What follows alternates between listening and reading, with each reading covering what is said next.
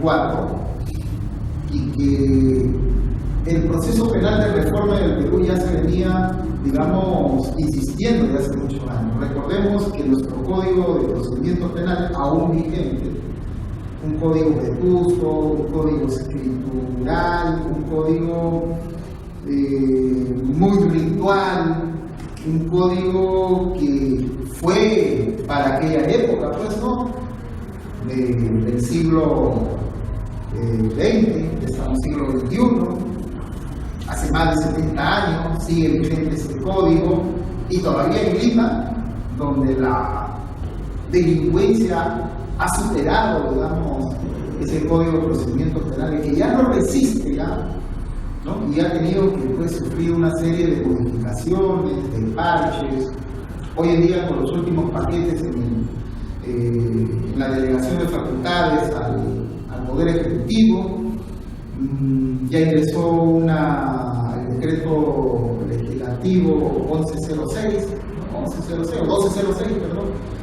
que ha incluido una figura, incluso yo diría, ¿no? Esto lo vuelve como una especie de Frankenstein, ¿no? Porque en un modelo todavía del Código de Procedimientos Penales, un modelo todavía mixto, incluso predominantemente inquisitivo, ingresa una figura, pues, para un modelo pensado en el modelo acusatorio, ¿no? Como sí ocurre en Chile, en Colombia y en otros países, que es justamente el control de la denuncia fiscal, ¿no? Ahora, particularmente yo estoy de acuerdo, incluso yo decía, ¿por qué eso no se hizo acá en el Perú? O sea, el Código de Procedimientos Penales debió de haber incluido, entonces ahí nos ahorramos el tema de la famosa imputación necesaria. O sea, ya no tendríamos audiencia de imputación necesaria cuando el fiscal formaliza la investigación preparatoria o lo que es la formalización de la denuncia, y ya no es una suerte, pues, de, bueno, a ver si le atingo, ¿no? Voy a cazar mariposa, a ver cómo unos hechos, y de pronto los subsumo en el juicio de tipicidad, en algún artículo, pues, será, pues, autor, coautor, o de repente fue en grado de tentativa o no, o se consumó el delito, en fin, tantas situaciones que a veces. Y si hay un control de juez, igualmente eso queda saneado, ¿no? De ahí para adelante incluso, yo diría, incluso nos ahorra de que la defensa ya no va a interponer qué recurso, por ejemplo, si la conducta fuera típica, por improcedencia de acción, o lo que se conoce todavía como una excepción de naturaleza de la acción. ¿Por qué? Porque ya el fiscal fue y dijo, estos son los hechos, esta es la calificación jurídica y estos son los actos de investigación. La defensa tiene la posibilidad de cuestionar eso, ¿no? Y luego el juez dice, bueno, sí, pues, lo que ha dicho el fiscal está correcto, la defensa ha observado, pero ya se ha superado eso y apruebo y por lo tanto dicto el auto perentorio de investigación, ¿no? Entonces, ya está saneado, ya eso se va hasta el final, porque ojo, de lo que esté en la formalización de la denuncia, esos son los hechos que luego el fiscal va a tener que irse en una acusación. Entonces,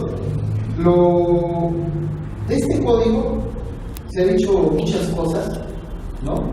Se ha dicho que es un código muy garantista, tantas cosas de todos sus operadores. Se ha dicho que la defensa pública está bien preparada, pero dice que no, que de pronto ellos se reúnen, empiezan a plantear tutela, empiezan a plantear controles por temas de carga, así como el fiscal quiere una productividad y archiva todo lo que sea, ¿no? Es decir, a estas alturas de varios años se ha dicho de todo, ¿no? Lo cierto es que un cambio genera, indudablemente, o una norma genera muchos cambios, ¿no? También se dice, pues, que este código genera nuevos paradigmas, que este código hay que cambiar el chip, eso, ¿no? Siempre escuchamos, ¿no? Sacar un chip, meter otro chip, porque si no, nos adentramos en el código. Se dice por ahí que algunos, pues, dicen que son reformistas, pro código procesal penal, pero en el fondo son contrarreformistas, y eso lo dijo Alberto Binder, ¿no? Un profesor argentino, que ha sustentado con mayores argumentos el proceso de reforma, no solamente en Argentina, sino a nivel de Latinoamérica, Alberto Binder, ¿no? Y él dice, pues, cuidado con las contrarreformistas, ¿no? Que se ponen de reformistas, y dicen, no, sí, nuevo código, qué bien, qué muy bonito, excelente, pero luego están golpeando, ¿no? y ya nosotros hemos identificado algunos por ahí, ¿no? Yo soy pro código y después en el fondo, muy bien ahí, no, que este código no sirve, que mira, que esto, y que por aquí, que por allá. Y lo escuchamos a veces en estos diplomados, que es el escenario para poder debatir, poder explicar, y bueno, nosotros lo único que podemos decirle es que efectivamente tenemos miedo al cambio, el famoso status quo, ¿no? Y cuando recordemos que el Código Civil en los años 83, cuando se cambió el Código del 36, igualito, ¿no? Fue todo un proceso, ¿no? Había gente que no estaba de acuerdo, no, ¿cómo va a hacer eso? ¿Cómo va a cambiar el Código Civil? Y hubo una fuerte lucha, ¿no? De los años 83, antes del año 83, en los proyectos de la comisión elaboradora, revisora, contrarrevisora, ¿no? Igual ha sucedido en el proceso penal, ¿no? En el proceso penal hubieron varias comisiones. Recordemos que primero salió el Código Procesal Penal del 91, que se fue una especie de vacatio legis, ¿no? O sea, se fue de vacación legal y solamente 22 o 23 artículos han entrado en vigencia hasta ahora. De modo que Lima pues tiene 3 cuerpos jurídicos procesales, ¿no? El de 1940, el de 1991 y ahora el de 2004. Y no puede ser, o sea, es inconcebible, ¿no? Estamos haciendo monstruosidades ahí, pero bueno, lo cierto es que, ¿cuál es el panorama? ¿Qué fue eso lo que se hizo para que tuviéramos un nuevo código procesal penal? ¿No? Ya lo han dicho los procesalistas, lamentablemente el derecho procesal penal siempre ha sido la cenicienta, ¿no? El derecho penal ha desarrollado bastante, se ha desarrollado por los alemanes, los españoles. El derecho procesal penal se desarrolló, el derecho procesal en sí, o la teoría general del proceso se desarrolló más en Italia, ¿no? Con los italianos, los clásicos, del Bello, Borroco, etc. Y también los alemanes, ¿no? Pero ahí quedó, y ellos más desarrollaron el derecho procesal civil. El derecho procesal penal es recién a partir de la década de los 80, 90, que recién, digamos, se hace un estudio más profundo, ¿no? Entonces, es cierto, pues, lo que dice Mayer, el profesor argentino, él dice que el derecho procesal penal siempre ha sido la cenicienta, ¿no? Entonces ahora el derecho procesal penal pues tiene sus propias instituciones, sus propias características, y ha ido avanzando poco a poco, ¿no? Entonces por eso siempre el proceso penal ha quedado un poco relegado, de suerte pues que no ha habido mucho desarrollo, pero los países europeos sí han innovado su proceso penal. Pero han innovado ¿por qué? Por necesidad, ojo, porque la carga procesal ya es inmanejable. Claro, lo clásico, lo ideal sería un proceso que empieza desde una denuncia y termina con un juicio oral. Eso es lo ideal, ¿no? Que termine con un juicio oral. Bien, eso es lo ideal. Pero ¿qué pasa? No todos los procesos pueden llegar a tratamiento o a juicio oral. Hay algunos, entonces ahí empezó a utilizar la doctrina e incluso la jurisprudencia de ver cómo podría, bajo esas mismas condiciones, tener una sentencia de llegar a juicio. O sea, cómo tener una sentencia sin necesidad de llegar a juicio oral y de repente abreviar los plazos. Porque eso significa ahorrarnos toda una maquinaria judicial, costos, ¿no? Tiempo, hay que emplear todos los recursos humanos, etcétera, etcétera. Lo que está sucediendo hoy en día, por ejemplo. Oye, el Código de Procedimiento Penal es muy antiguo, hay una sobrecarga ya, la Suprema tiene nulidades de que llegan ahí al año siguiente recién lo están viendo, y eso es cierto. Y no tienen la culpa los jueces. Es el sistema, es el modelo. Entonces, vamos a ver un nuevo Código Procesal Penal que sea más ágil, que dé salidas alternativas, que en la primera etapa nomás ahí más del 50% muere ahí, y si no puede eso, vayamos a la etapa intermedia de ver cómo se soluciona ya, por último, si no puede, ya será excepcionalmente lo que vayan a juicio, ¿no? O sea, ese es el modelo. Pero hoy en día vemos que en realidad han pasado 9 años y estamos regresando al mismo modelo anterior, porque que yo sepa aquí hay audiencias que ya se están programando octubre del 2016 en el Poder Judicial. Entonces yo digo, caramba, si eso hoy día tiene que resolverse, y el juez me dice, ¿sabe qué? Estoy recargada en mi agenda y lo paso para octubre del 2016, ¿cuántos meses estamos hablando? Un año. Entonces estaríamos en la misma condición del Código de Procedimiento Penal, entonces no habríamos avanzado nada. Es cierto que también esto pasa a un tema de política, ¿no? De política pública, que el Estado, bueno, este Estado que ya se va, ya no mira eso, le deja, como dice, para el siguiente gobierno, que no sabemos quién será, y no ha dado absolutamente nada de presupuesto. No puede ser posible que la incidencia criminal haya crecido notablemente, y hace 9 años el mismo número de fiscales, de jueces en Huaura no se han incrementado. Ojo, en esa época vinieron pues las computadoras, muy bien, un sistema nuevo, qué sé yo, y eso no se ha renovado en 9 años. Siguen con esa misma computadora que ya colapsó, que ya el sistema, como dice, ya lo ha saturado de tanta información. Al inicio muy bien, ¿no? Agilito esto porque no tenía información tanta, pero ahora ya colapsó. Entonces necesita nuevos equipos, y si el gobierno no invierte en su justicia penal, no le interesa, eso colapsa. Es diferente Chile, por ejemplo, quien ha invertido mayor cantidad de dinero, de modo que ya tanto la policía es una policía especializada, los fiscales no necesitan mucho porque tienen toda la logística, ¿no? De igual modo los jueces, y aún así ellos tienen algunos problemas. Ojo, Colombia por lo mismo, ¿no? Entonces, y acá pues no se ha invertido ni siquiera la tercera parte de lo que Chile ha invertido en el sistema penal. Entonces, eso, a grosso modo, digamos, el panorama que nosotros podríamos describir, a veces parece aterrador, ¿no? Apocalíptico, como yo le decía a un colega, cuando él me decía, doctor Rosas, y eso fue el 2012, si esto no hay una reingeniería, si no nos inyectan presupuesto, esto en 2 a 3 años colapsa. Y yo le dije, no, o sea, es apocalíptico, le digo, no creo, ¿no? Y no, es incrédulo, ¿no? Ha pasado el 2013, el 2014, estamos terminando el 2015 y hemos colapsado. Arequipa se ha declarado una emergencia, Trujillo también, Ica también, y no sé, hay muchos distritos que se están declarando una emergencia porque ya no pueden. Los fiscales se están enfermando, los fiscales se están estresando. Bueno, y yo soy uno de ellos.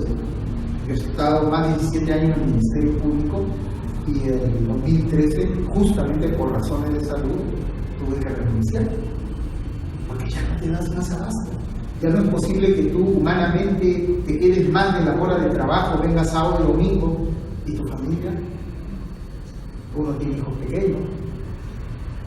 Eso, si lo pasas, ya no lo puedes recuperar nunca. El trabajo lo puedes encontrar en cualquier lado, que si yo tenemos nuestro título de abogado, que nos podemos defender, no sé, empezando a gatear por ahí, pero tenemos algo que nos, ¿no? Entonces, sí, este es un problema general que nuestro fiscal de la Nación, el doctor Pablo Sánchez Velarde, ahí en su secretario, lo acompañamos en el Congreso hace el mes pasado, y describió declaradoramente cómo era, porque parece que ningún fiscal de la Nación había dicho, ¿no? Que un fiscal adjunto provincial gana ¿cuánto? 3.500 soles. Un personal en otro lugar gana el doble, el triple. Y un provincial gana, perdón, el adjunto gana 3.000 y el provincial gana 4.500 soles. Y un titular adjunto está por los 7.000 y pico. Es decir, un adjunto gana más que un fiscal provincial provisional. Y se supone que el provincial es el que firma, es el que elige, es el que debe de velar. Pero eso pues fue por un tema de bonos, ¿no? Que en el año de Toledo dijo, no, yo voy a solamente dar para los titulares, para los provisionales no. Entonces, no reclamen pues que a veces los provisionales, algunos, cometen actos de corrupción, si no le están pagando bien. Y ojo, las funciones, la responsabilidad es lo mismo. O sea, aquí no hay ninguna diferencia. La diferencia es que uno renombró el CNN y el otro lo nombró el fiscal de la Nación. Es más, hay provisionales muy competentes, mejores que los que designan el CNN. Porque el CNN ahora, por la reserva, están designando a tutti y mundi, gente que a veces no tiene conocimiento ni de lo que es el nuevo código. Y eso se lo digo yo en carne propia. Y ahora, claro, ese postulante no tiene la culpa. No tiene la culpa, ingresa, supera un examen, unas entrevistas y listo, ya está nombrado, ¿no? Entonces, ese es en este momento todo un panorama que es preocupación, y aquí pasa por también un tema presupuestario y también es cierto de reingeniería, ¿no? Porque tenemos que reordenar. Lamentablemente ha crecido, el dimensionamiento ha sido tanto que ya por inercia, bueno, se crea esto, se crea allá, que se crea especializada en cada una de sus funciones, y todo a veces se vuelve una especie de pandemonio que al final nadie sabe. El justicial, el abogado, oye, ¿dónde está? Pero es criminalidad organizada, ¿dónde está? Ya está allá. Y de pronto ese criminalidad organizada pasa a otra fiscalía y uno está de un lado a otro. Eso es cierto, ¿no? Igual pasa en el Poder Judicial. Bueno, el panorama del proceso penal, uno de ellos es la insuficiencia del poder inquisitivo, ¿no? Por acá estuvo visitándonos el profesor Montero Aroca, dicho sea de paso, ha sido su profesor, el doctor Pablo Sánchez, cuando subió él, parece que vino invitado, y tuvo una conferencia. Él dijo que él no creía en los sistemas, ¿no? Que lo único que había es proceso. Eso lo dice en un libro que se llama Los Principios del Proceso Penal, Montero Aroca. Bueno, es su posición de él muy respetable, seguro, pero lo cierto es que siempre nosotros hablamos con modelo. Cuando hablamos con modelo es porque hay un modelo inquisitivo, un modelo acusatorio, un modelo mixto, un modelo adversativo.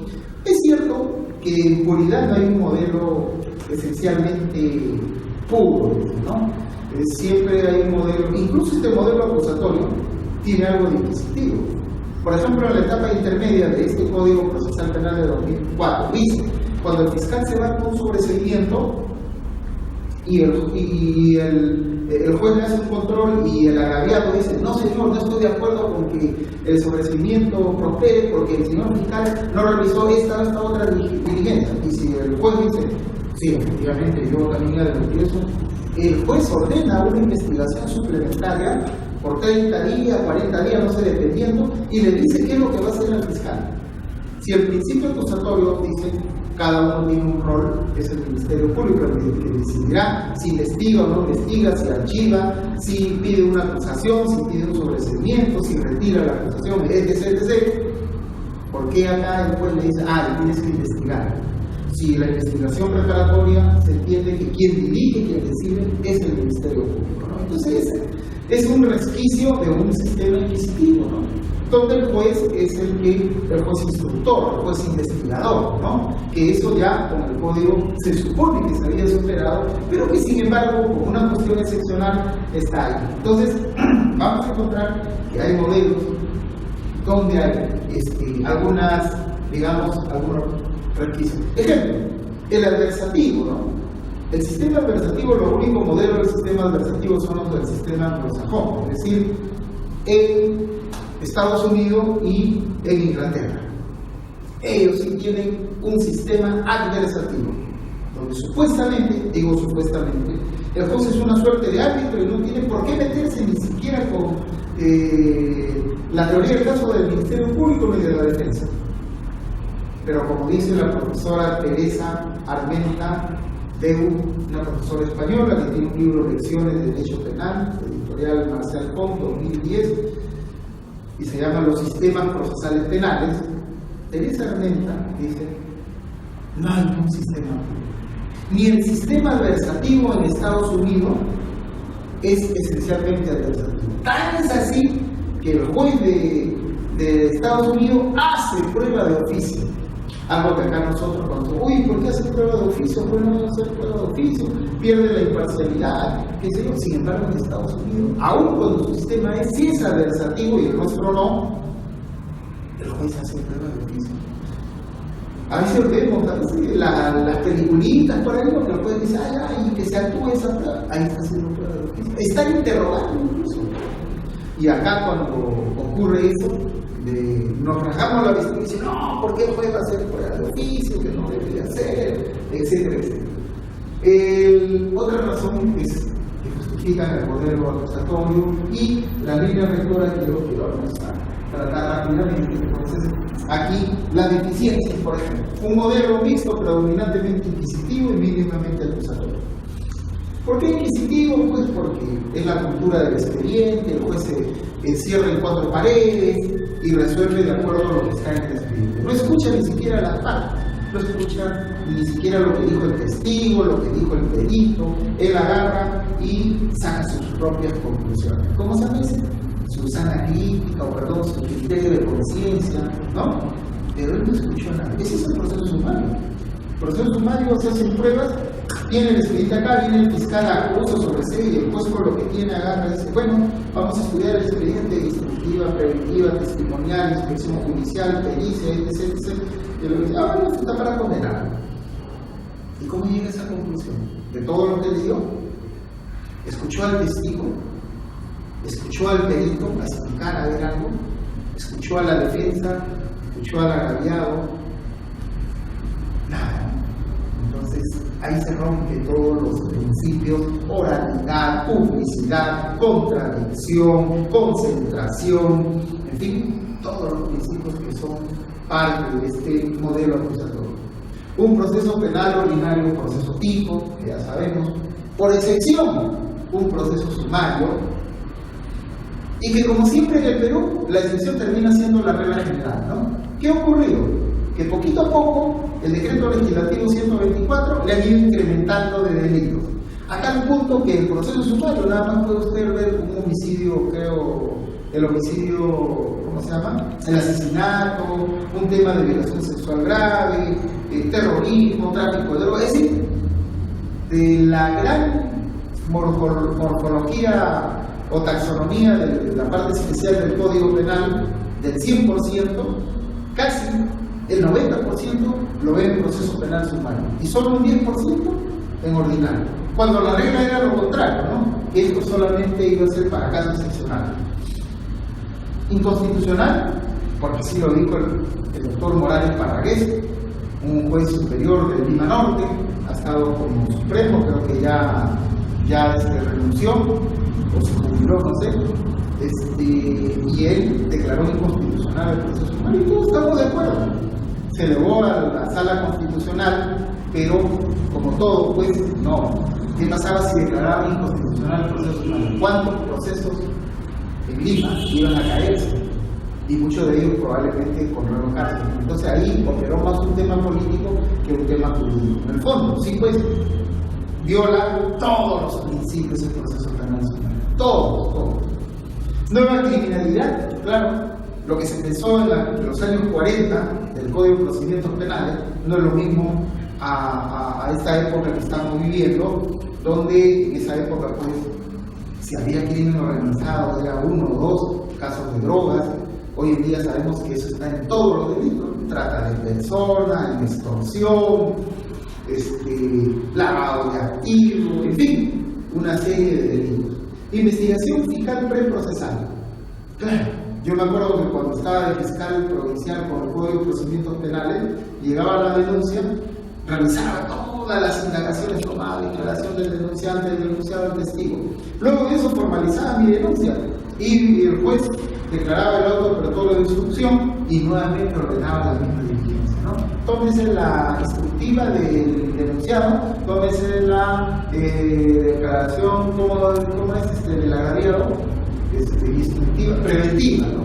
Tómese la preventiva del agraviado o la agraviada, tómese la testimonial de los testigos y una repetición de diligencias, ¿no?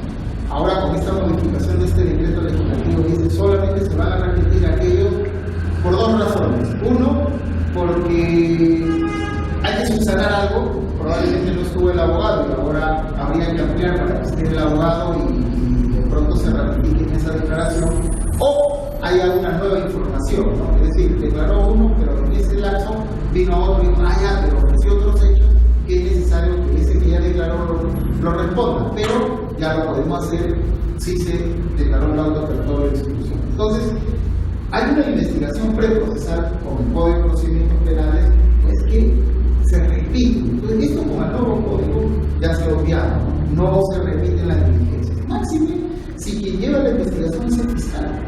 El fiscal realizó diligencias preliminares, luego formaliza, él mismo lleva el expediente, ya no puede repetir esa diligencia, ¿no? Eso abrevia, eso permite que sea más dinámico. ¿no? La excepcionalidad y el formalismo, pues, como ya hemos señalado, el expediente es el que prima acá y no la oralidad. ¿Cuáles fueron los fundamentos de la reforma? 3 puntos, y eso está en la exposición de motivos. No se publicó en el diario oficial electoral, pero por ahí está bien escondidito, ¿no? Que pongan exposición de motivos del Código Procesal Penal de 2004 y le va a salir uno de 6 o 8 páginas, creo. Y entre ellos son 3 los puntos. ¿Por qué sí tenemos que reformar? ¿Por qué sí es necesario contar ya con un nuevo instrumento procesal penal? Primero, por un tema de derecho comparado. Todos los países de la región cuentan con un nuevo Código Procesal Penal. Hemos sido uno de los últimos países en subirnos al coche con el modelo del Código Procesal Penal, ¿no? Como siempre, los últimos, ¿no? Derechos y garantías, adecuar la legislación a los estándares mínimos de los tratados internacionales. La Corte Interamericana de Derechos Humanos, la Corte Europea, todos ya han elaborado estándares, ¿no? Temas como la proporcionalidad, la razonabilidad, la dilación del plazo, varios conceptos que se han venido desarrollando, el derecho de defensa, etcétera, etcétera. Y nuestro país no está a de eso. Y si podemos nosotros retroceder un poquito, cuando se instaló en la época del gobierno de Fujimori los llamados procesos por terrorismo, ¿no? Agravados. Eso, ¿cómo terminaron finalmente? Llegaron a la Corte Interamericana de Derechos, o sea, se implementó todo de los famosos jueces sin rostro, qué sé yo, sí, se llegó a condenar a personas, pero ¿cómo terminó eso finalmente? Se fue a la Corte Internacional de Derechos Humanos y declararon nulo. O sea, ¿de qué manera haber operado toda una maquinaria, haber invertido, cuando eso todo y encima todavía nos ponen una multa que hay que pagar a esos señores de los casos de terrorismo? ¿Con el dinero de quién? Nosotros, fuera bueno de los funcionarios, ¿no? Eso nos cuesta, ¿no? Pero entonces, teníamos que estar a los estándares mínimos de todos esos derechos y garantías. No guste o no. No busco, no, aquí no puedo decir, no, pero yo no quiero, entonces hay que apartarnos de la Corte Interamericana, hacemos berrinche, todo eso, pero no nos damos cuenta que eso es parte de todo el sistema de la globalización. O sea, no es que Perú está aplicando algo diferente a todo, no, todos estamos dentro de eso, ¿no?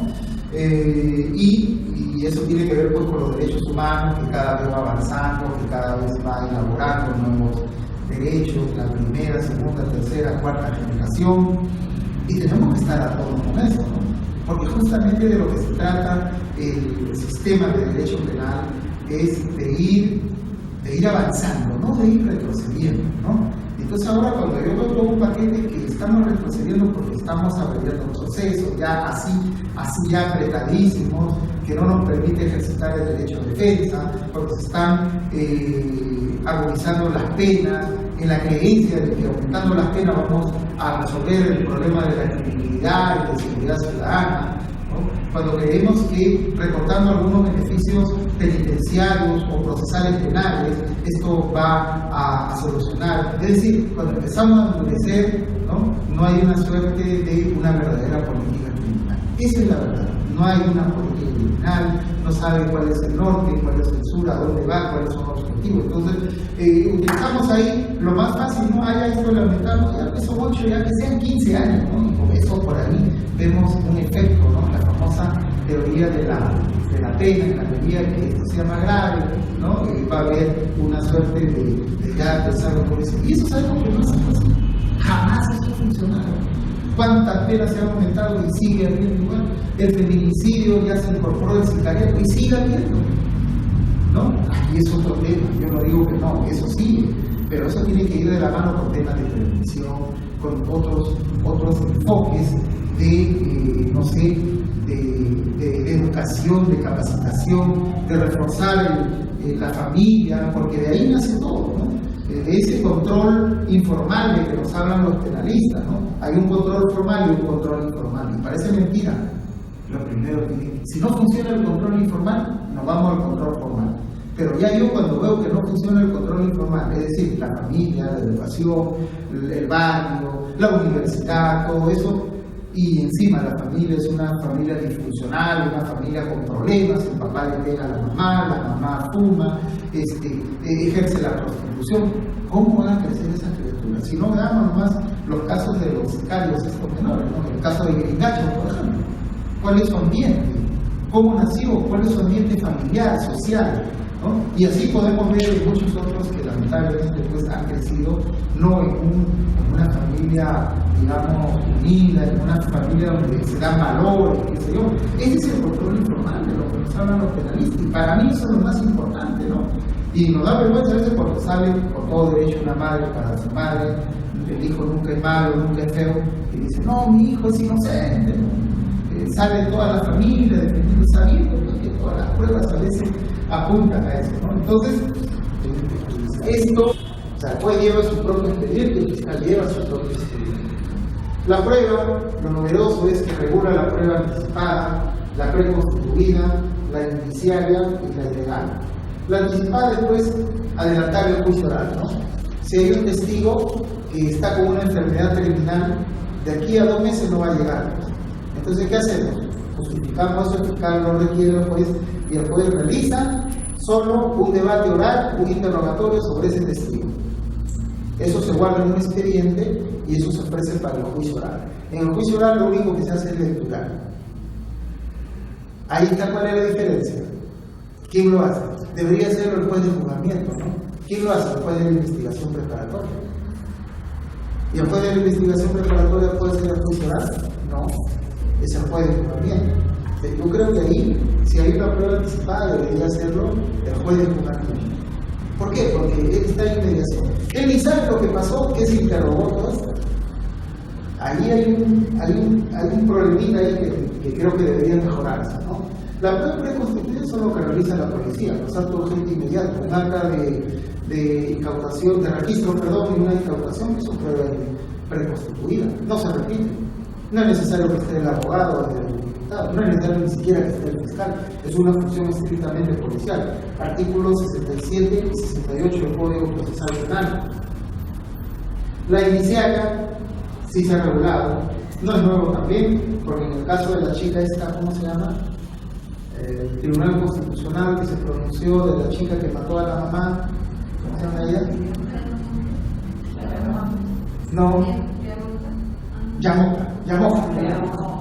Ahí está, ahí desarrollado muy bien. Hay un acuerdo plenario también sobre la prueba indiciaria, donde ha establecido una serie de requisitos, ¿no? Y hay sentencias también sobre la prueba indiciaria. Y también hubo una, en Piura, en varios lugares ya están habiendo sentencias sobre prueba indiciaria.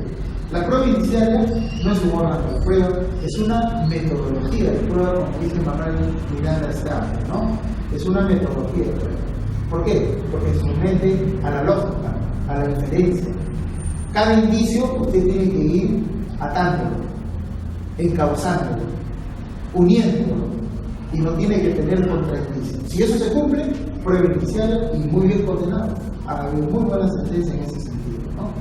Y la prueba ilegal, pues, que pasa con la violación de derechos fundamentales, que hasta ahora tenemos un fallo de la Sala Penal Anticorrupción, donde ha aceptado la teoría del riesgo, ¿no? Para el caso de Castillo, por ejemplo. Y ha aceptado una teoría que no permite la exclusión de la prueba. ¿Cuándo? Cuando una persona le graba a la otra sobre un tema público y eso lo incrimina a uno de ellos. Eso es lo que ha pasado en ese caso. La defensa dice, no, es prueba ilegal porque me ha grabado y eso ha utilizado para mí imputarlo. ¿Y qué dice la teoría del riesgo? Justamente tú sabías que te podía grabar. Si tú no te cuidas como yo he estado, te voy a cuidar. Ahora, tiene que haber 3 requisitos.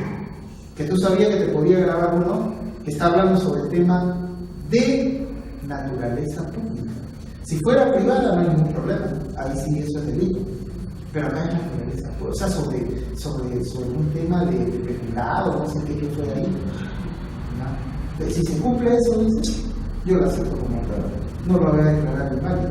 ¿Qué ha dicho en la sala superior en el caso Rin-Binestar? Ha excluido la prueba, ha declarado ilegal. Y podría tener razón ahí. ¿Por qué? Porque él dice, la sala hace este razonamiento. Si esas personas que obtuvieron ese medio de prueba ilegal han sido condenadas, ratificadas por la Corte Suprema, lo cual quiere decir que su accionar de ellos es ilegal. Si su accionar de ellos es ilegal y la consecuencia también es ilegal, ¿y cuál es la consecuencia? Haber obtenido esos audios. Entonces, ¿cómo yo en este caso le voy a dar validez a esos audios que son ilegales ya de por sí? Y en el cual ellos que han obtenido mereció una sentencia condenatoria, que dice su argumento de la sala de Crucero, ¿no? Ya declaró ilegal. Y en ese caso contra Kimber y ¿cómo se llama el otro ministro? Papá de la chica, León, que se quedó casi sin caso del fiscal. De verdad. De aquí para adelante me parece que lo único que tiene que hacer es ya un tema de sobrecimiento, ¿no? Y bueno, tema de la prueba, las comisiones probatorias no se está utilizando mucho. Control de identidad, hay una casación sobre control de identidad policial donde estableció algunos criterios. Al parecer había un exceso de la policía y esta casación ha puesto ahí el ponente, creo que es Pepe Neira. Videovigilancia, pesquisa, intervención corporal, en algunos casos que se están dando. La medida de protección víctima y testigo. En la etapa intermedia, pues, los asaltantes de la audiencia, hay una acusación, un sobreseimiento, luego te vas a un juzgamiento, puede haber una conclusión anticipada, hay también un acuerdo penal en ese sentido. La teoría del caso, que por ahí algunos dicen, no, pero ¿por qué hablan de teoría del caso? A mí me ha servido, con toda sinceridad. Cuando yo estaba de fiscal, yo hacía mi teoría del caso, hacía mi pregunta, todo ya, ¿no? Por los hechos, los supuestos factos, entonces, así como dice la teoría del caso, ¿no? Cuáles son mi calificación, cuáles son mis medios de prueba que tengo, etcétera, etcétera. Pero si alguno dice que no le funciona, no sé, no lo habrá utilizado probablemente y no sabe lo que se pierde, ¿no? Igual la defensa también elabora su propia teoría del caso, pide una solución de a dónde va a atacar, qué testigos, en qué caso va a interrogar, en qué caso no va a contrainterrogar, etcétera, ¿no? Eso se hace en una teoría del caso. O sea, tú vas a un juicio oral de algo que más o menos proyectas, o sea, tú no vas al azar. Es cierto que a veces se presentan algunas circunstancias ahí, y ahí viene pues la habilidad, la destreza, ¿no? Ahí no es que, no voy a leer el libro de San Martín, de Pepe Neira, darle unos 4 o 5 minutos, no, ahí es segundo, ojo, y de lo que tú digas, o ganas, o malogras tu teoría del caso, o también lo levantas, ¿no? Eso ya es la experiencia la que nos... y por supuesto las técnicas de negociación, ¿no? Y yo creo que esto ya terminamos, principio postulado ya hemos señalado, oralidad también, publicidad también, contradicción también, inmediación también ya hemos dicho, igualdad procesal también, imparcialidad del juez, ¿no? El juez no debe romper el equilibrio de la balanza tiene que estar así. Si eso se va a un lado, ya se rompió la imparcialidad, ya el juez es parcial y eso puede ser materia de una nulidad. Concentración, porque en una audiencia la idea es que todas las pruebas ahí se actúen. Lamentablemente me dicen que reprograman y la sesión hay como 4, 5, 6 sesiones cuando la idea era a más 3 sesiones. O sea, en una semana los funcionarios tienen que haber terminado. Por carga, ya reprogramamos y en 2 meses recién está terminado. Yo me vine acá a un caso de San Juan de Lurigancho, un caso robo grabado, que era que he venido como 1 mes y medio casi, cerca de 13 audiencias, sesiones de audiencia. La audiencia es única, se divide en sesiones, mucho. Y ahí rompe con la concentración, ¿no? Ya el juez ya, no sé, salvo que esté grabado todo en su mente, solamente se ponga ahí un USB, qué sé yo, y se acuerde de lo que hace un mes ha pasado, ¿no? Presunción de inocencia también, ¿no? Legalidad de la prueba, el famoso ne bis in idem o no bis in idem, no 2 veces por lo mismo, ¿no? La material y la procesal. La material, que nadie puede ser condenado 2 veces por el mismo hecho, y la procesal, que nadie puede ser investigado, juzgado por lo mismo hecho. Esto sí es mi código, es la terminante. Puntualidad. Ojo, el nuevo modelo requiere una puntualidad tanto los jueces como el fiscal y la defensa, ¿no? Para no frustrar justamente las audiencias. Y la confianza. Me notificaba el juez por teléfono. Ya, doctora, perfecto. Estoy ahí de mañana a tal hora. No necesitaba papel. Un día un fiscal le llama a la jueza, me llama y dice, doctor, mire, no ha venido el fiscal, son las 11 de la mañana, estamos esperando. Voy al fiscal y digo, oye, no estamos en un principio de consenso, de las partes. Justicia negociada, terminación anticipada, conclusión anticipada, ¿no? Pero ahí tenemos pues que nuestro amigo Luigi Ferrarioli, en su libro Derecho y Razón, justamente lo he traído ahí por el libro muy gordito, en Alemania, en Italia y en Alemania Schuremann y en España Marina Mascón, ella no está de acuerdo, ¿no? Se acepta, tienen razón los argumentos, dicen no, son prácticas basadas en el imprescindible. Terminar por terminar, eso es lo que quieren, no quieren llegar a un juicio oral, por terminar. No importa si se viola el principio de defensa, la inocencia, qué sé yo, no. Ellos quieren un efectivismo, o sea, quieren producción. Puede ser que tengan razón. Da lugar a procesos sin juicio. O sea, ellos siguen pensando que el único juicio en el cual debe de haber es aquel que llegó a un debate oral. Y como sabemos, la terminación anticipada no llega. Principio de oportunidad de acuerdo preparatorio tampoco, ¿no? El que sigue es un proceso inmediato.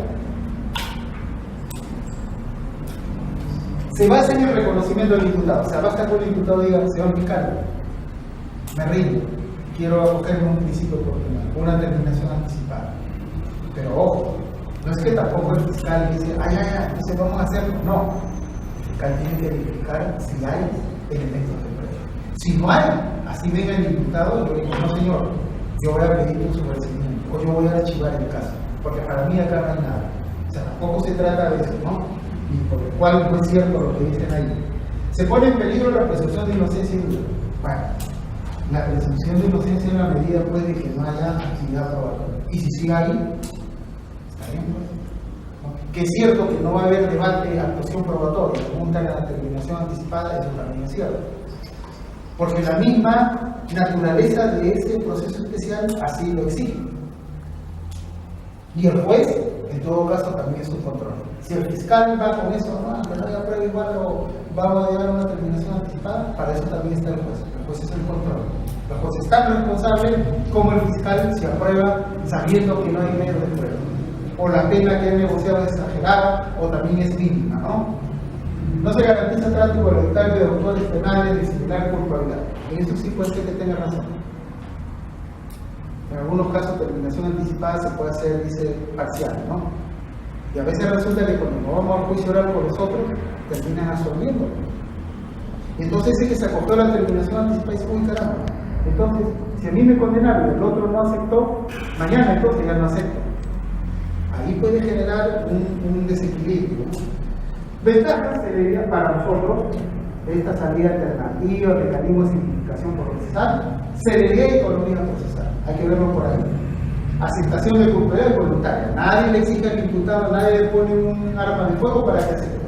¿Debe existir cierto presupuesto para su aplicación? Sí, por eso la norma también lo exige. Se premia al que acepta los cargos, por eso el sexto es la pena, el séptimo es la conclusión, etc. ¿Se evita el desgaste de la maquinaria judicial? Sí. La víctima es resarcida del daño ocasionado. Aquí sí está. Hay que ver que eso se cumple, ¿no? Y, bueno, estos son temas, etapa intermedia, ya hemos dicho, el juzgamiento también, todo lo que se lleva a cabo ahí, aspecto más saltante, también ya lo hemos dicho, archivo, principio de oportunidad, correo preparatorio, y terminamos con esta, que ahora sí. Esto para nosotros es fundamental, ¿no? Justamente estoy preparando a modo, voy a hacer un cherry por acá, ¿no? 3 tomos que estoy preparando que se llaman tomo 1 técnica de investigación, tomo 2 técnica de negociación y tomo 3 técnica de investigación. Basado en mi experiencia, ¿no? Ahí en la primera tiene que haber un tema criminalístico. El fiscal no está obligado a saber investigar al 100%. Para eso está el pesquisa, para eso están los peritos, para eso está la Policía Nacional. Sí es cierto que el fiscal tiene que saber un conocimiento para la defensa también. Cuando va, por ejemplo, a una diligencia de constatación, una inspección, que se va el abogado, mínimo tiene que saber a qué hemos venido. La escena del delito, ¿cómo lo vamos a proteger? ¿Cómo vamos a ver por aquí todos los delitos? Te voy a ir observando. ¿Cómo haces tu alegato de apertura? Te equivocarás, Empezará. Yo he hecho eso con los fiscales de Lima el año pasado, ¿no? Y no querían. Ya, van a hacer, digo, elige uno o yo elijo a dedo. ¿Qué agarraron? Al adjunto, y ahí va a organizar los provinciales, ¿no? Ya, doctor, ¿qué voy a hacer? ¿No? Hay temor, pero es la única forma de que podamos aprender y perder el tiempo. Bueno, esto ha sido todo por hoy, disculpen, no hemos pasado unos minutos, pero espero haber satisfecho alguna expectativa que usted tiene, si tuviera alguna pregunta, no sé, y luego nos vemos la próxima semana, creo ya con otro tema. ¿Ya? Gracias, 259 del Código Procesal Penal. En nuestro Código Procesal Penal tenemos 4 supuestos de flagrancia. La flagrancia propiamente dicha, esa que la agarran ahí con la mano en la masa, igualmente pues es inobjetable, ¿no? Tengo testigos, todo eso. ¿Qué va a decir ese imputado? Encima le encontramos, la otra flagrancia que le encontramos, pues que le acaba de robar el billete y está en su bolsillo, ¿no? ¿Qué va a decir? El peligro es de las otras 2 flagrancias, las 3 y 4, las de 24 horas. La que dice, por ejemplo, me está grabando con una cámara y está viendo ahí cuando yo estoy robando. Entonces, yo tengo que hacer que, primero, tener esa cámara, pedir la autorización, hacer la visualización, es decir, una serie de diligencias. ¿Ya? Y ojo, si a esta hora, 8 de la noche, se produce un delito, la policía tiene hasta mañana, antes de las 8 de la noche, para detenerlo. Cuando el Tribunal Constitucional ha dicho, en reiterada jurisprudencia, 2 condiciones: la inmediatez personal y la inmediatez temporal. La inmediatez personal es ese caso que está ahí con la mano en la masa. Muy bien. Y la inmediatez temporal es aquella que inmediatamente puede ser que empiece a jugar, pero la policía sigue eso, no se rompe y a las 2 cuadras lo agarra y le encuentra por los bienes. Ahí indubtablemente. Esa es la que dice el Tribunal Constitucional. ¿Y dónde quedan los otros 2? Que no hay inmediatez personal, porque ahí solamente va a venir el testigo y dice, sí, me robaron. ¿Y cuándo te robaron? Sí, hace 1 hora, ya, vamos a buscarle, todavía tenemos hasta el día siguiente para buscarle, vamos a indagar, vamos a hacer operativo. Ya no hay inmediatez personal. Inmediatez temporal, peor todavía, ¿no? Porque ya estamos hablando de varias horas. Entonces, ahí sí, ese es un problema para este tema del proceso inmediato que quienes han estado detrás de esto para que se implemente, ahora están viendo los errores que se podría cometer en ese caso, ¿no? De igual forma, en Costa Rica, por ejemplo, ¿cómo es el modelo? Es un verdadero proceso inmediato donde hay logística. El fiscal ya no toma declaración, nada, todo está grabado. Imaginemos este ambiente, viene el agravio y dice, señor fiscal, a mí me robaron a tal hora, ahí es el interrogatorio. Muy bien, pase el policía a los testigos, finalmente pase el imputado con su abogado, y todo se entrevista. Todo eso está grabado, y lo único que se va es un acta donde dejándose constancia que se realizó toda esa diligencia. O sea, ahí yo no hago informe, no tomo declaración que firma. ¿Por qué? Por la inmediatez, por la rapidez. Muy bien, luego que el fiscal tiene todo eso, le hace un requerimiento al juez de flagrancia. El juez de flagrancia dice, muy bien señor, mañana estamos realizando la audiencia. A ver, ¿qué tiene usted? ¿Por qué dice que es flagrancia? Por esto, tal. En ese mismo instante el juez, sin escrito nada, oraliza su decisión. Muy bien señor, aprobado su proceso de flagrancia, y esto pasa a juicio oral. Inmediatamente, en el día están haciendo el juicio oral. Ese es el nuevo que Ya, pero no es el que está implementando acá, o sea, le están haciendo un remedio de eso, pero la diferencia es que acá, primer problema que se va a tener es el tema de si tenemos una policía especializada. Segundo, la policía me va a llamar a las 2 o 3 horas, como siempre suele ocurrir al fiscal. Ayer nomás el fiscal me dice, doctor, a veces nos llaman a las 4 horas. Ha habido un caso que a las 6 horas nos han llamado, de detenido. ¿Cuánto nos queda? 18 horas. Y en 18 horas usted cree que va a hacer toda la diligencia. O sea, aquí hay un tema de preparación, aquí hay un tema de capacitación.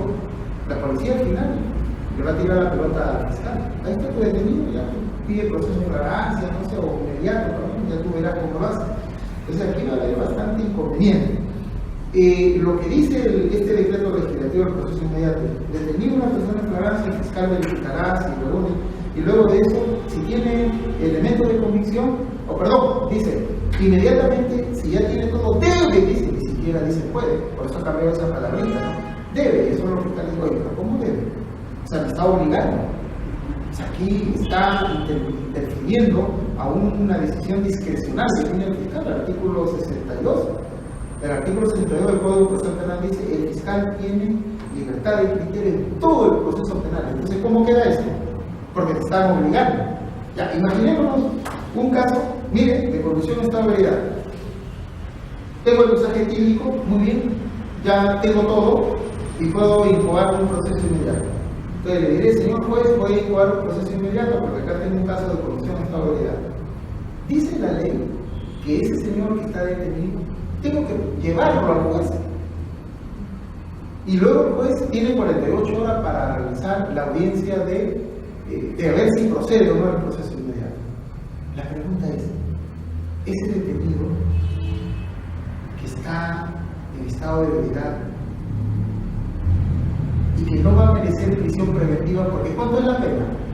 3 años, ¿cierto? De conducción en estado de ebriedad. O sea, del 268 que dice pronóstico de pena superior al contrario, ni siquiera, por eso que ningún salvo que haya matado a alguien, ¿no? En estado de ebriedad. Pero imaginémonos solamente en estado de ebriedad, que no haya lesionado a nadie.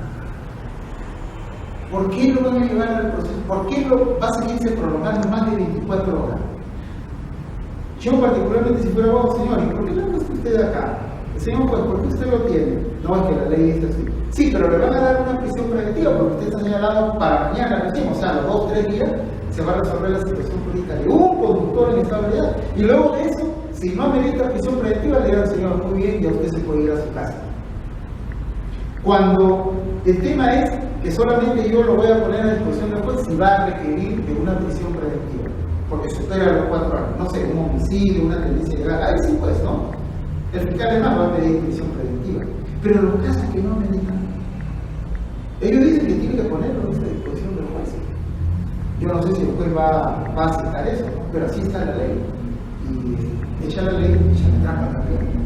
Entonces, eso sí me parece un poco... Es más, se supone que el fiscal para incoar tiene que tener medios de prueba. Porque, ojo, si yo agarro al juez y le digo, señor juez, voy a incoar un proceso inmediato. Ah, ya, muy bien. Mañana estoy realizando la audiencia, te apruebo tu audiencia, dice que la ley del fiscal tiene 24 horas. O sea, un día para hacer su requerimiento acusatorio. Eso significa que el fiscal cuando tiene que hacer la acusación, ¿qué significa? Que tiene que tener todos los medios de prueba. En Huancavelica, el mensaje típico está a los 3 días, porque no lo realizan en Huancavelica, lo envían a Huancayo, y hasta que va a Huancayo a la muestra, y hasta que ahí le toman, y hasta que regresan a Huancavelica, 3 días. La pregunta es, ¿se ha hecho esta ley pensando en todos estos lugares donde hay deficiencia de pericia, no? Para Lima, quizás, y para otras ciudades, Piura, por ejemplo, a las 3 horas ya está el mensaje típico. Entonces ahí no va a tener problema, ¿no? El tema es un poco complicado que lo lleve a ese detenido por condición de estado de ebriedad y lo ponga a disposición del juez. Yo le digo, yo particularmente lo pondría solo si voy a pedir prisión preventiva, si no, no es necesario. No, pero tiene que ponerlo porque la idea es que en esa audiencia pueda llevar sus principios oportunos, pero esa es una decisión del diputado. ¿Y qué pasa si él no quiere? ¿Y lo vas a llevar para que te diga que no quiere? O sea, no lo veo, le digo la verdad. En fin, hay varios temas ahí medio complicados. Bueno, Chile, pues, del 2000, ¿no? ¿Cuál es la diferencia de Chile con Perú? Que Chile recién tiene un ministerio público. Ojo, a diferencia de nosotros que no. Nosotros, un ministerio público hay, recién se independizó en los años 80, ¿no? Con la Constitución del 79. Antes de eso dependía del Poder Judicial, luego fue un organismo autónomo. ¿Cuáles son las líneas de separación de funciones? Principio acusatorio. La policía para investigar, el fiscal para conducir esa investigación y ejecutar la acción penal, el juez para resolver y controlar la investigación, la defensa privada y pública para ejercitar sus derechos de defensa de sus patrocinados, sea la condición o ubicación se encuentre, bien como imputado, bien como agraviado, bien como tercero civilmente responsable o bien como persona jurídica, ¿no? Ahora la persona jurídica incluso forma parte del proceso, ¿no? Lo que antes no era así. lo representa el representante de esa empresa jurídica y puede tener su abogado también, ¿no?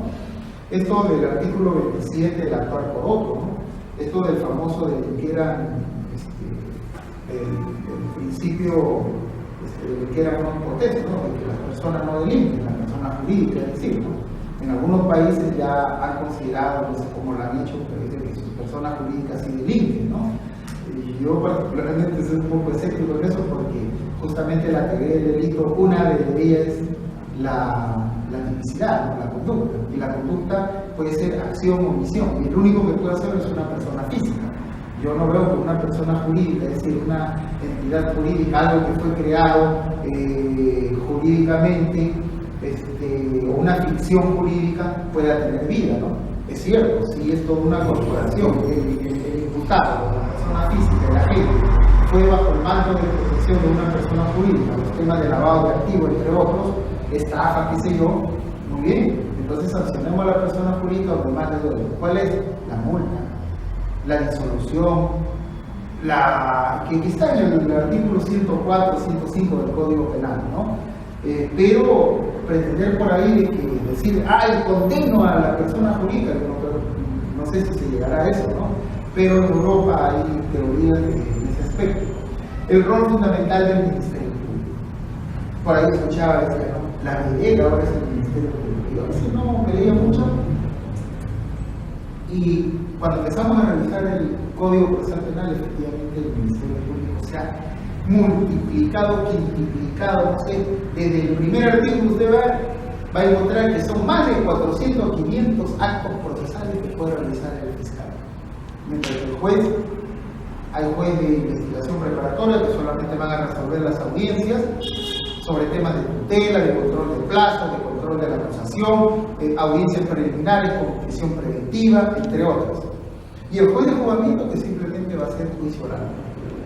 Pero en el caso del fiscal, tiene que ir en el momento mismo de una noticia criminal por la policía, tiene que realizar una serie de situaciones, puede archivar, puede aperturar diligencias preliminares, puede hacerlo en su despacho, puede hacerlo por la policía, puede formalizar, realiza los actos de investigación, toma las declaraciones, indagatorias del denunciante, denunciado, testigo, va a hacer constataciones, puede requerir el levantamiento del secreto bancario, la reserva tributaria,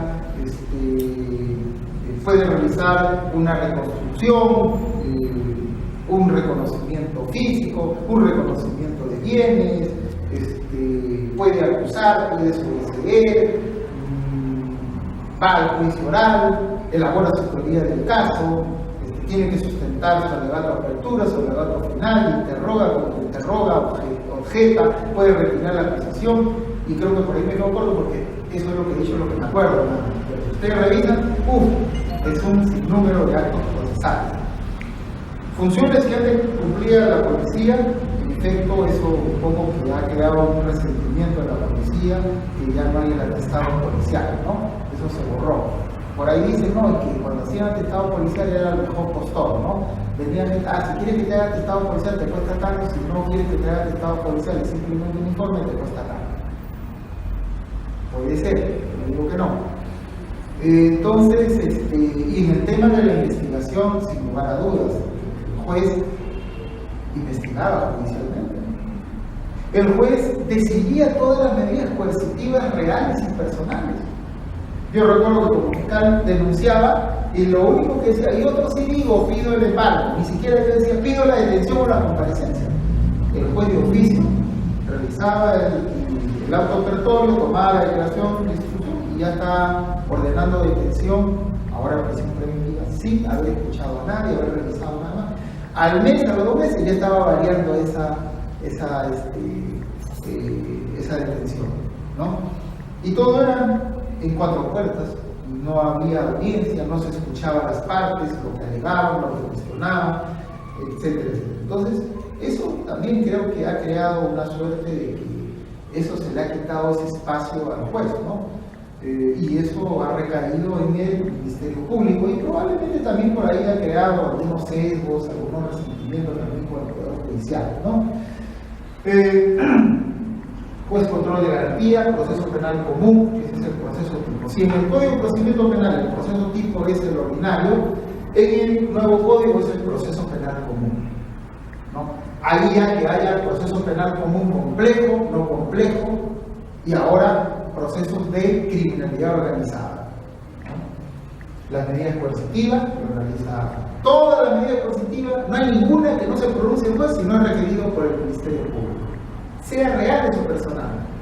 Hay dos nada más que se le permite al agraviado, que es el embargo y la administración provisional en los casos de usurpación, que también lo puede hacer el fiscal, pero que el agraviado puede hacerlo también. Si el fiscal no pide embargo, el agraviado autor civil puede hacerlo, ¿no? Contradicción, ¿sí? Si hay alguien que se va con una acusación, con una imputación, hay alguien que también defiende eso, que es, y va a contraargumentar, ¿no? Entonces, por eso se dice, rige un principio de contradicción. Acá la más. Y como dicen los chistosos, ¿no? Dicen, ni siquiera en su cumpleaños han hablado. Y es cierto, yo he conocido compañeros, compañeras, que no hablaban mucho, ¿no? Mira, después tuvieron problemas cuando fueron a sustentar para recibirse de abogado, ¿no? O una chica, excelente, era la mejor alumna, conocía todo, pero cuando la pararon en el atril para sustentar su tesis, no podían ni hablar. Le hicieron todo eso a unita, la primera vez la jalaron por eso. Hubo una segunda vez, la volvieron a jalar, pero no porque no conocía, sino que se bloqueaba. Ya la tercera fue la vencida, felizmente. Y así varones también, que yo también le diré, la primera audiencia que fui en el año 2006, porque estuvimos ahí desde el inicio del Código Procesal Penal en Huacho, creo que empezó en julio, en agosto, ¿no? Fui a sustentar una audiencia de prisión preventiva de robo agravado, justo por la doctora Cici de Vicencio, que en ese momento era la juez de investigación preparatoria, ¿no? Y ya cometimos errores. Yo me paré, me puse la medalla, era fiscal provincial titular, empecé a sustentar, y de pronto la juez me dice, doctor, uno de ellos, ¿a qué hora fue detenido entre lo que se le detuvo y me dejó en el aire? Caramba. A ver, doctora, permíteme, le digo acá, verificar, y me duró unos minutos, ¿no? Y eso me sonrojó porque dije, pero si yo sabía todo, ¿y qué pasó acá? ¿No? Me agarró, y eso suele suceder. Bueno, la doctora, como este criterio, dijo, hágalo, doctor. ¿Y por qué? Es que no era mi caso, el caso era de otro fiscal provincial que no quiso ir. Y eso lo trabajó como adjunto, y lo bueno fue que le llegué al adjunto. Y el adjunto me dijo, doctor, 45 minutos. Vaya, señora jueza, 45 minutos. Ah, ya, perfecto, doctor, ¿no? Pero eso no debe suceder, porque se supone que la audiencia es dinámica. Bueno, fue mi primera vez, fue la primera vez también de la doctora, porque recuerdo que eran dos, a uno le dio y al otro no. Y al otro, si no le dio la prisión preventiva, ¿qué es lo que tenía que dar? Comparecencia. Bien con restricciones o comparecencia. Y la doctora no vio nada de eso. Y yo me acerqué y dije, doctorcita, se ha olvidado de algo de la otra medida, si usted no la da. Sí, ¿verdad? A ver, tráigan al detenido. Y ya se lo estaban llevando. Ok. Y eso son cuando uno recién empieza. Y de eso uno tiene que aprender, ¿no? De no volver a cometer. Luego fuimos afinando ya, y luego pues, uno ya se vuelve mucho, ¿no? Yo habré ido a más de 30, 40 juicios orales, pedido de prisión preventiva, me han hecho tutela, control de plazos si no he tenido, he ido incluso como fiscal superior, he ido a procesos especiales, procesos contra jueces, contra fiscales que han estado presos por corrupción, por varios, hemos llegado a conclusión anticipada con ellos, y hemos hecho juicios orales, ¿no? Con salas, hemos hecho también con colegiados. Entonces cuando uno está ahí en el campo ya uno, digamos, va aprendiendo, ¿no? Y va afinando, esa es la idea. Pero los jóvenes que vienen atrás, pues que recién no tienen ni idea del nuevo código, no han estado, por eso le digo a los más viejos, ¿no? Tienen que llevarlo a los jóvenes para que vean, tengan la audiencia, para que aprendan, pero todos empezamos a aprender de cero. Yo también cuando empecé hace muchos años atrás, ni idea tenía de la función, pero así tampoco uno va aprendiendo, ¿no? A elaborar un acta, cómo tenías que participar, cómo tenías que hacer preguntas, etcétera, etcétera, ¿no? Entonces, es todo un proceso en la realidad. Y y todavía no salimos del cascarón. Hay muy buenos fiscales excepcionales, probablemente en algunos distritos que hemos visto ahí a través de los medios de comunicación, ¿no? Pero esos son los excepcionales. El Ministerio Público tiene más de 5.000 fiscales, tiene ese problema, siempre de vez en cuando anda presentando denuncias ahí al Ministerio Público, ¿ves? Lo que pasa es que algunos fiscales le han hecho caso, ¿ves? O sea, han aperturado diligencias preliminares. Y yo le digo, señor fiscal, ¿usted qué hizo? ¿Qué pidió? A ver si hoy, que la policía identifica a los hombres de Marte que han venido a asesinarlo a este señor. Ahí no tiene sentido, ¿no? O sea, eso se puede archivar preliminarmente. Ese es un filtro que tiene que realizar. Ahora, claro, el tema está que con las modificaciones, que ya no puede aplicar el principio de oportunidad, si ya lo convocaste, o si lo convocaste pagó, o si es reincidente, o si es habitual. O sea, ahorita nos han cerrado una serie de posibilidades que ya el fiscal agarra y dice, bueno, si me ponen todos estos límites, ya mejor no propicio un principio de oportunidad, mejor me voy con una acusación directa o con un proceso inmediato como ahora está en el nuevo código, ¿no? Eso, sí. El principio de oportunidad no es lo mismo que la prueba de No, efectivamente, ahí ha habido toda una confusión. El código del 91 que fue en abril que se promulgó solamente consideró el principio de oportunidad, ¿no? Bajo 3 supuestos, ¿no? Donde el fiscal podía, de oficio o a instancia del imputado, aplicar un principio de oportunidad cuando el imputado era víctima de su propio accionar, cuando el imputado, el delito, el extremo mínimo de la pena no superaba 4 años, o cuando, por razones, por ejemplo, legislativa, de esto, podía aplicarse un principio de oportunidad siempre y cuando el imputado no era un funcionario público y además bajo ese cargo de funcionario público, ¿no? Entre otras situaciones.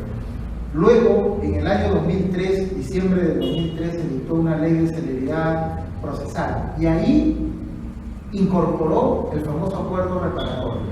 Dijo, ¿no? El fiscal instará, convocará en los casos de los delitos de hurto simple, estafa, apropiación ilícita,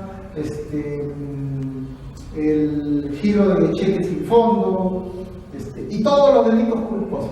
Incluso creo hasta el microcomercialización, que luego se fue modificado.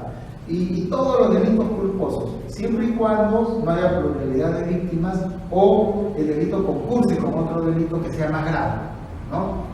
Entonces, en esos casos sí nos decía que teníamos que convocar. En el otro, el principio de oportunidad del artículo 1 era, ¿cómo se dice? Era a libre albedrío, si querías o no. Pero en este acuerdo reparatorio decía así, el fiscal propiciará un acuerdo reparatorio. Entonces, desde mi punto de vista, si el fiscal no hizo el acuerdo reparatorio, puede ser una cuestión previa. Ojo, que yo puedo estar en una cuestión previa. En cambio, el principio de oportunidad no, porque no me obliga, en el otro sí. Y eso en el Código Procesal chileno aparece esa figura del principio de oportunidad y del acuerdo reparatorio. El colombiano y el venezolano, perdón, también hace lo mismo, en diferentes artículos. ¿Cuál fue el problema nuestro? Que en el mismo artículo insertaron, y eso ha quedado también con el Código de 2004, ¿no? Creo que es el 6 o el 7 que habla del acuerdo reparatorio. Entonces, ahí ha venido una confusión. Desde mi punto de vista, uno sí es obligatorio y el otro no. El otro es discrecional, que es el principio de oportunidad. El acuerdo reparatorio se tiene que llevar. Por eso yo cuando termino un turno de un delito culposo, yo ahí le decía, señor agredida, ¿usted quiere llegar a un acuerdo? No, doctor, no quiero hacer nada. Señor diputado, ¿usted quiere llegar? No, ya yo hago de eso. Con eso ya yo podía formalizar o podía archivar, en fin, todo lo que podía venir del caso, ¿no? Pero son instituciones desde mi punto de vista diferentes. Liderazgo y protección a la víctima y testigo. Bueno, lo cual no significa que el fiscal debe perder la objetividad. Sí es cierto, hay que dar la protección a la víctima y testigo cuando son pasibles de algún tipo de amenaza. Y el fiscal, como lleva a sus testigos al juzgamiento, tiene la obligación de darle la protección. Y además no porque quiera, sino porque el mismo Código Procesal Penal nos señala. Creo que 245, si mal no recuerdo, que se pueden dictar las medidas de protección con la víctima o el testigo. Y la víctima, ojo, también es un testigo, ¿no? Que ahí sería una víctima testigo. ¿Qué es lo que hemos detectado en todas las áreas? En el Ministerio Público debe haber un cambio de mentalidad, sí pues. Porque si eso no hay, lamentablemente no vamos a superar muchos temas. Ojo, la norma está ahí. Podemos decir que el código puede mejorarse. Podemos decir que el código tiene algunos problemas de interpretación que la jurisprudencia lo va resolviendo. Si no, ahí tenemos las casaciones, los acuerdos plenarios, las sentencias vinculantes que van generando unificación de criterios, que van desarrollando un derrotero, sobre todo para los más operadores, en lo cual ya tienen que trabajar sobre eso. Cambio de actitud. Y esta actitud tiene que ver con el carácter de cada uno, ¿no? Las personas, todos, no tenemos el mismo carácter. Algunos son introvertidos, otros extrovertidos, otros son más parsimoniosos, otros explotan, otros están esperando nomás que le digan algo y ¡pum! ¿No? Hay de todo. Y en el Ministerio Público, en el Poder Judicial de la Defensa, habemos de todo. Y cuando nos referimos al cambio de actitud es que tenemos que adecuarnos a este modelo, ¿no? Como dicen algunos, el cambio de chip, ¿no? Y eso a veces es bien difícil. Hay mucha gente que ya no cambia. Algunos nos dicen, no, yo estoy esperando nomás que se implemente el me voy, ¿no? Probablemente. Pero la gente joven no. La gente joven es diferente. Ya aquellos que tienen una mentalidad ya mueren con eso. ¿Verdad? Es bien difícil cambiarlo, ¿no? Cambio de actitud, sobre todo por los otros operadores, ¿no? Yo, por ejemplo, cuando me iba a una audiencia de declaración, en el fragor del debate oral, nos atacábamos jurídicamente, no personalmente nunca, jamás. No, la defensa dice esto, no es cierto, por esto. La defensa, ay señor, su réplica, su dúplica, no es cierto. Muy bien, terminaba. Recogía mis cosas, el abogado salía malo. Doctor, ¿y qué tal? Oye, ¿qué tal? Bien. Salíamos amigos. Ahí seremos enemigos jurídicamente en un debate. Pero eso no tiene por qué hacer perder la amistad que uno tenga con él. Y toda la vida, con todos los abogados de la defensa pública y privada, nos llevamos bien, ¿no? Y a veces incluso saliendo nos íbamos a tomar un café, no sé. Lo cual no significaba que tú, con eso, tu caso, ya estaba negociando ni nada. La gente que quiere pensar eso que quiere, ¿no? Pero tú sabes conscientemente que en el momento de los debates sí, pues nos decimos de todo, ¿no? Y eso no hay que personalizar. Lamentablemente algunos fiscales con alguna defensa pública personalizaban y no se podía ver ni ahí ni afuera, ni se pasaba la voz. Y decían por qué. Y eso no debe suceder, ¿no? Corporativización en el caso del fiscal, trabajo en equipo. Lamentablemente parece que no ha habido mucho trabajo en equipo. Cada fiscal se preocupa por su carga, cada fiscal se preocupa por su producción, porque también tenemos un sistema en el CNM que así lo exige, que te mide de tu carga. No le interesa si hiciste trabajo en equipo, si le fuiste a apoyar a algún colega fiscal. No. A ver, te dieron 10 casos y ¿cuántos 10 casos lo han resuelto? Lo resolví 6, 7, ya perfecto, eres bacán. Si lo resolví 4, porque ayudé a 3 más de otros, no me interesa. Tampoco es eso. Lamentablemente así está el sistema, ¿no? Y por eso este trabajo en equipo que se pensó, que se ideó, que se diseñó, la organización del ministerio en eso, en algunos lugares se ha dado resultados, en algunos lugares sí se apoya y todo eso, ¿no? Y eso pasa también por un tema de carácter, ¿no? Hay algunos que dicen, no quiero apoyar, yo tengo mi cargo, no me vas a obligar, ¿no? Unificación de criterios, lo que falta también. Justo ahora hemos tenido 4 días, de lunes al día viernes, jueves, hemos traído a fiscales de todos los distritos fiscales para unificar un poco el tema de criterios, ¿no? Eso va a agilizar que ya me digan, pues bueno, el fiscal de Piura trabaja así, el de Arequipa así, el de Cusco acullá, etcétera, ¿no? Entonces la idea es un poco ordenarnos, ¿no? Ordenarnos. Nivel de coordinación, esto sí es, si a veces los fiscales ni siquiera coordinan, yo les pregunto, ¿coordinan con la policía? ¿Coordinan con los jueces? ¿Coordinan con la defensa pública? Para ver, por ejemplo, llegar a acuerdo a convenciones probatorias, van ustedes? Si a veces entre ellos mismos no coordinan, pues es bien difícil mirar afuera. Si a la estrategia, probablemente porque las investigaciones hoy en día nos obligan a elaborar estrategias. Bien, así como lo que vemos también en la policía, ¿no? La policía, pues, pasa por un tema de apoyo presupuestario. Lamentablemente, sus altas autoridades siempre han estado en un tema más de que este código se reforme, que se le ha quitado espacio, que tanto le han dado mucho al fiscal. Incluso había un proyecto que ellos querían hacer la diligencia preliminar de todo, sin participación del fiscal. Y ellos hacían todas las diligencias preliminares y luego le entregaban el documento al fiscal y de ahí el fiscal que vea a ver qué es lo que hace. Y eso pues es inconcebible, ¿no? Porque el fiscal, uno de los principios es de la legalidad. Y la legalidad empieza desde que un imputado, desde que una persona, perdón, es detenido, es imputado por la policía porque dice que está en flagrante delito. Entonces eso es inconcebible. Aquí en cualquier lugar de la China, ¿no? Entonces eso no pasa. Pero sin embargo, es cierto que también el apoyo presupuestario es deficiente. Yo he trabajado con muchos buenos policías, para que no puedo negar, nunca tuve problema, y tuve 2 o 3 por ahí casitos nada más, pero iba a la delegación policial y ellos estaban en su propio escritorio, llevaban su propia computadora, llevaban su propia impresora. Esa impresora, recuerdan, que se utilizaba cargar y que sonaba. Créanme, eso lo tienen hasta ahora. O sea, eso no puede ser, ¿no? Gracias. Creo que no me vendría mal un cafecito, no había hablado con él. Sus escritorios igual, sus baños, ya se imaginan, ¿no? Pero igual teníamos que usarlo a veces porque ni ahí había espacio para que el fiscal incluso tenga una silla, y menos va a tener un espacio, pues se imaginan, para que el abogado pueda conferenciar con sus patrocinados, ¿no? Entonces, hay un tema ahí de bastante abandono por las altas autoridades, no por ellos, ¿no? No porque mire, finalmente con quien se trabaja la defensa y el fiscal es con los subalternos, ni siquiera con los oficiales.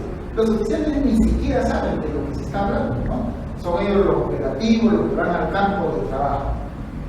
Se utilizaron formatos para formatos de acta de registro, etc. Eso unificó bastante. El tema de la flagrancia también tenía bastante duda. La comunicación de la noticia criminal era mucho, por favor, apenas detengan inmediatamente llamen. Sí, doctor, pero a veces el fiscal está apagado su celular. Eso también es cierto. La apagan, doctor. Yo cuando hacía mi turno, yo no dormía, pues, ¿no?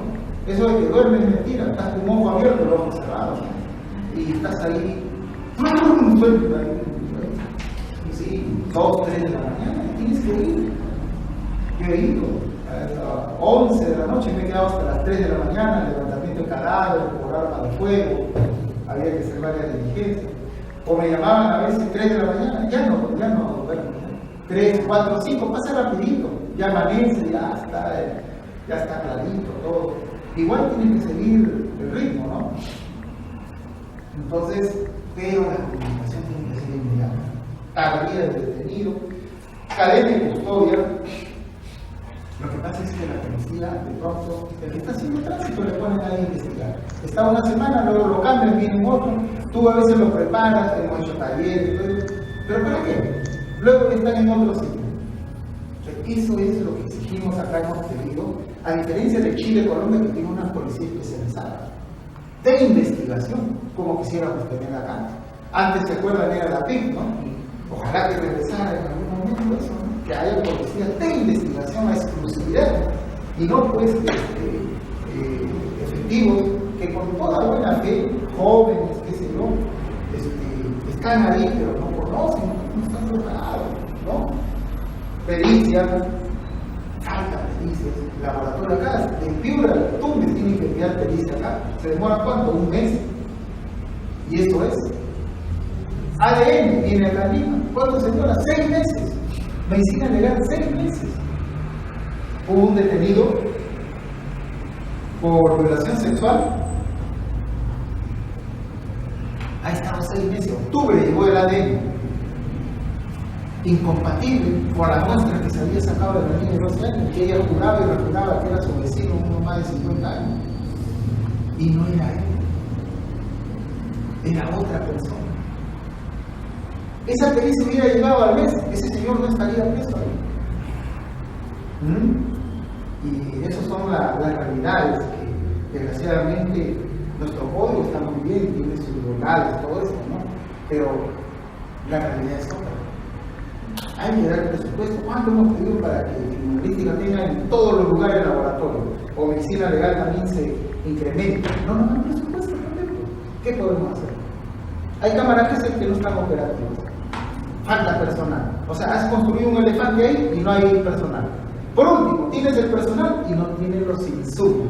La policía mismo, yo recuerdo en Huaura, no tenía balanza de precisión. Hemos tenido que ir a una esquina a la panadería para pesar la droga. ¿Se da cuenta usted? En Piura tuvimos un caso de drogas. Oye, y reactivo ahorita para ver si es droga o no. Doctor, no tenemos. Pero vamos de mi coleguita. Hemos dado vueltas varias, casi después de una hora, encontrar con un policía que tenía el reactivo. Esas son realidades, lo que yo les comento. Y seguro ustedes como abogados, los penalistas, van a ver que lo que yo les estoy diciendo no es mentira. Personal suficiente y adecuado. Necesitamos personal de la policía preparado, ¿no? Porque si no, esto no funciona. Y así como eso, también tenemos pues la problemática con los jueces, ¿no? Hay algunos jueces que se creen dioses, maltratan a los fiscales, maltratan a los abogados. Vean, hay algunos audios ahí. Señor abogado, usted no sabe esto, su teoría del caso no sabe, seguro no estudió. ¿Y qué le interesa al juez si estudió o no? El juez lo único que tiene que escuchar y decidir sobre lo que escucha. Al igual el fiscal, señor fiscal, no le voy a dar la prisión preventiva porque usted no sabe sustentar, usted seguro no sabe, ha estado leyendo todo eso. Eso es un juez. Muy bien, si no te convenció, te resuelve, pues. Pero tú no eres para llamar la atención. Y eso también porque a un fiscal y a un abogado se lo permite. Por eso yo le digo a un fiscal, si ves que está maltratando a un abogado, tú tienes que salir de representación legal. O sea, en tanto no que llega, no que le maltrate a la defensa. No. De igual forma, la defensa si ve que hay un fiscal que el juez está haciendo, igual forma, porque ojo, lo que te pasa a él te puede pasar a ti. Y eso ocurre, ¿no? Entonces aquí hay que tener bastante cuidado en eso. El juez sí pues decide todo, pero dentro de los parámetros legales. No puede excederse en eso. No puede hacer eso porque si no se convertiría en un juez arbitrario, en un juez abusivo, ¿no? Hubo un caso en Huaura, no sé si ustedes supieron. Fue una audiencia de prisión preventiva en Cáceres. Fue una audiencia de prisión preventiva. Bueno, ahí no me. Gracias. El fiscal pidió la prisión preventiva, eran 4 imputados, cada uno tenía un abogado de la defensa. Entonces a cada uno le dio 20 minutos. Si hablamos de 20 minutos, 4 son 80 minutos, ¿no? Cuando le tocó al fiscal, el fiscal pidió, dijo, bueno, así como le ha dado 20 minutos a cada uno, yo también pido 20 minutos. Quizás se exageró, pero bueno, digamos, no, dijo, usted tiene 20 minutos. Ya, ahí también, pues, ¿no? O sea, si cada abogado tuvo 20 minutos y al fiscal darle 20 minutos, el fiscal dijo, perdón, señor juez, usted le ha dado 20 a cada uno.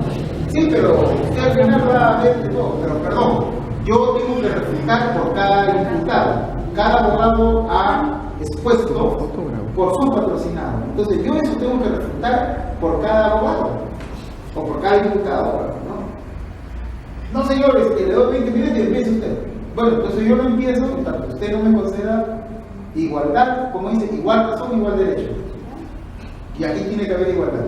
Y como no ha empezado, en este acto lo excluye usted de la audiencia y puede, ojo, el juez, de acuerdo al código, dice que cuando se comporta mal, yo no sé si era eso, o sea, exigir un derecho era comportarse mal. Lo cierto es que lo excluyó y lo votó al fiscal de la audiencia, porque eso lo permite el código, pero bajo razones justificadas.